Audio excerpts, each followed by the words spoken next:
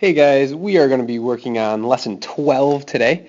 This is going to be out of your packet, but first you should be working on the volume of a sphere sheet that looks just like this with these two examples. Once you're looking at it, you should see that your volume equals 4/3 pi r cubed. So a couple things to pay attention here. Your fraction in front is changing. So before when we talked about a cone and a pyramid, we're noticing that this fraction here is going to be changing. That's 4/3 now instead of 1/3. The other thing kind of ties into volume here is look at the exponent. It's cubed now.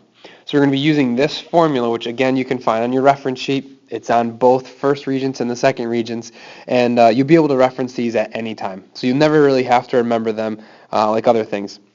So in this case, go ahead and find the volume of number 1 and number 2.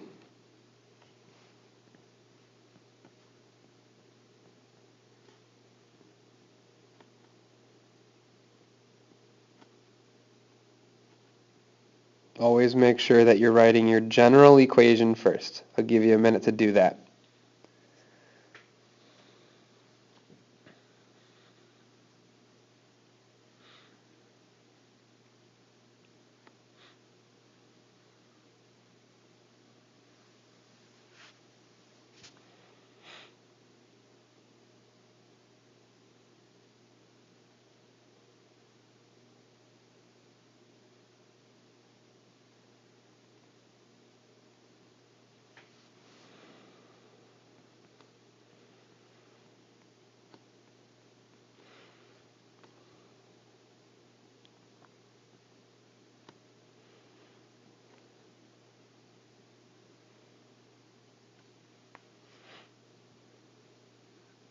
You can leave your answers in terms of pi as well.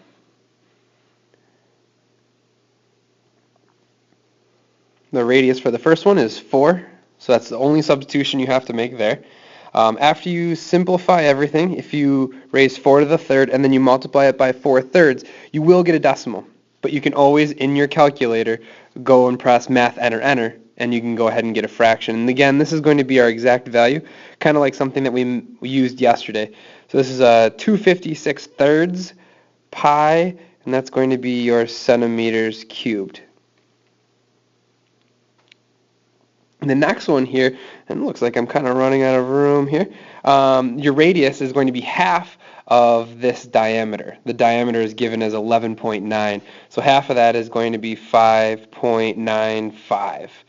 And that's going to be cubed as well for your radius. And after you multiply all that out, you're going to get a number, of course, with a decimal. And if you try to press math enter, it's not going to give you a fraction. So in this case, you just go ahead and write 280.6, let's say. And that's going to be pi. And of course, make sure you write your centimeters cubed. I did run out of room there. That is it for the volume of a sphere. The only thing you need to know is the radius. Radius only, not the diameter. If you do have the diameter, just take half of it. Cool? So you can put that sheet away, and you can open up to your packet, which is page 4. We're going to skip a couple examples here, and we're going to jump right into number 5, page 47. Even though this says number 1, let's change that. This will be 5. So it says find the volume of a sphere with a diameter of 12 centimeters to 1 decimal place. So this is a word problem. Go ahead, again, set it up. Same formula. See if you can do that. I'll give you a minute to do so.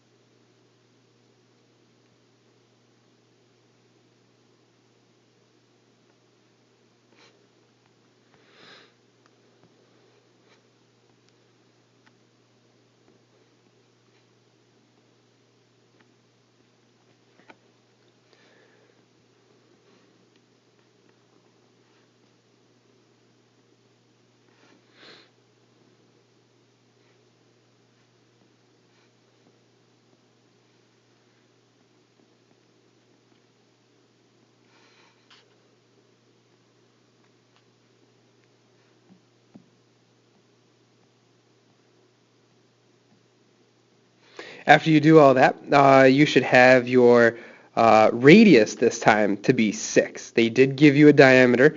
Like I mentioned before, the Regents does like to give out diameters here. So you just take half of that. And it did ask for 1 decimal place, so you'd have to multiply all that out. Again, you can just type that right into your calculator, and you get 904.8 and what unit? Centimeters cubed. Very good. All right. Not too bad. So there's no diagram. You can draw a diagram if you want, if you're really into that, but you don't have to. Let's flip to the next page and check out the next example. Next example here, we are looking at number 6 in here. Mine says 2 for some reason, so you can go ahead and look at number 6, page 48. It says an ice cream cone is 11 centimeters deep and 5 centimeters across the opening of the cone. Now, we don't have a picture of this, so give yourself a second and go ahead and draw it. I'm going to draw one as well, too, here, and see how well mine comes out. It didn't come out too bad, I guess. Make it a little bigger. Look at that. All right. So again, it's 11 centimeters deep. So how deep an ice cream cone is, it's going to be from the top to the very bottom, and that's going to be 11 there. And it says that's 5 centimeters across. So that means this distance here is going to be 5 centimeters. It says that 2 hemisphere-shaped scoops of ice cream, which have diameters of 5 centimeters, are placed on top of the cone. Now, 2 hemisphere-shaped, it can be a little confusing here. When they say hemisphere-shaped, they're actually dealing with, it's half a sphere there. So when they're scooping this, so one hemisphere and then another one would make 2 half spheres, practically. So you have 1 full sphere. Even though mine shows 2, we're going to put it as 1 there. And so 2 of them are placed on the cone to make a full sphere, and you have a diameter there of 5 centimeters again, which makes sense because that's the size of your cone. And they're placed on top of the cone.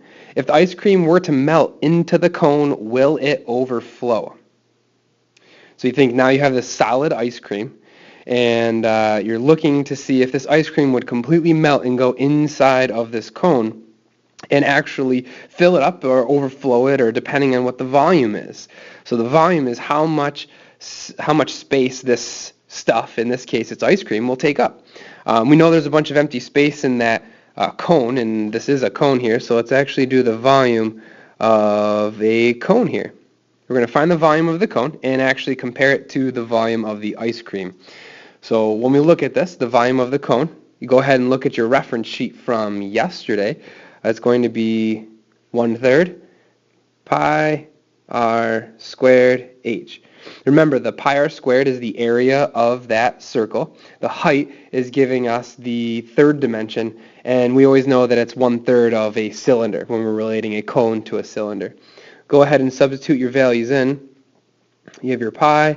Your radius in this case is going to be 5/2, or just 2.5. Ooh, there we go. And 2.5 squared. And your height here is going to be 11. That's how deep that cone actually is. So go ahead, give yourself a second, see if you can type all that information in your calculator, and let's actually just get a rough estimate as to what it would be. Make sure you type pi in there to get a decimal answer. After you type all that in, you should get something around 72, and this is going to be centimeters cubed. We always know that volume is going to be cubed. All right, so now you want to find the volume of the 2 hemispheres, which is then going to be 1 sphere of this ice cream. So we'll find the volume of that sphere, and we just learned what that was. Go ahead and write your equation down. It's going to be 4/3 pi, and that's going to be your radius cubed. Again, the only information that you need to know here, which is pretty cool, is just the radius. Again, they said in your question, if you look up top, it says 5 centimeters, again, for the diameter. So again, half that would be your 2.5. And we are going to cube that because it's volume. Go ahead, take your calculator again, multiply all three of those out, and see what you get.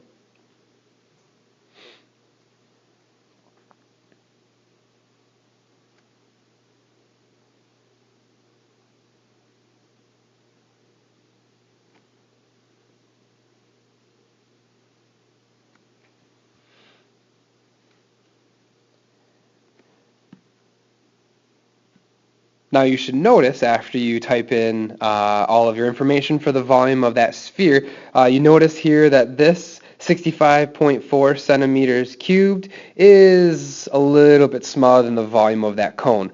So that volume of the cone, if you were to take 72 little tiny centimeter by centimeter little squares or cubes, and they would fit inside that cone. However, the ice cream is a lot smaller. So your hands will actually stay dry, which is good. It's not going to melt and overflow. So that's pretty nice. Very real world situation here. Wouldn't be surprised if something like this would show up on the Regents. So now that I walked you through that one, this next question that we're going to look at, the one right below it, the bouncy rubber balls one, this one here, I'm actually going to assign as extra credit. And so I did this one with, I believe it was number 4 of lesson 8. I'm going to add 5 extra points on your test if on a separate sheet of paper you can show all the work and give me the correct answer. Same thing would apply to that lesson number 8 as well. You are also receiving a extra credit sheet which looks like questions about tennis balls and golf balls. So with those, we actually want to show all the work, and that I'll give you 10 extra points on your test. So the sheet that you're getting for the extra credit, which is the tennis ball and golf ball question, it's going to be 10 extra points for your test. All of these must be handed in by Tuesday, because that's when your test actually is. And one last thing here, see if this works. We would like to say, go Rangers! See you guys. Have a good day.